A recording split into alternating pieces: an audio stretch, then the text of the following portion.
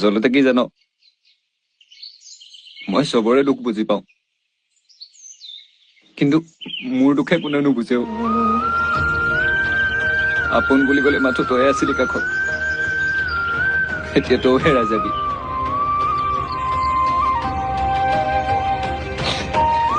একো নাই দে, ভালকৈ থাকিবি।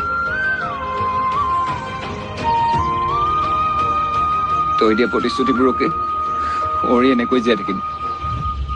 মনত পৰিব তোৰ লগত কটোৱা সময়বোৰ। দুখ নকৰো বাৰু সেইবোৰ ভাবি চিন্তি,